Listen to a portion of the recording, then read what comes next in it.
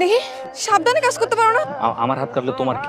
অয়ন, তুমি এইসব কামের পোলা না, তুমি তোমার বাপ মার কাছে ফিরে যাও।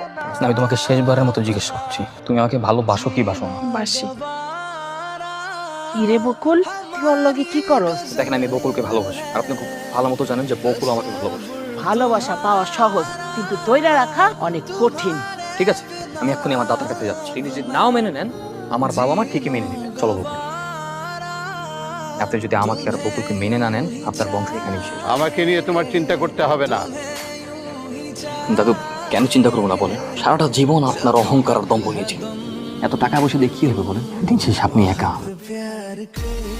আফসোসের কথা কি জানেন দাদু? আজকে যদি আপনি মারাও যান, আপনার লাশের খাটে এটা নেওয়ার লোকজন পর্যন্ত নেই। আমাদেরকে মেনে নিতে হবে না, আমরা চলে যাচ্ছি। বকুল চলো। দাঁড়াও, তোমরা কোথাও যাবে না। আজ থেকে তোরা এখানেই থাকবি।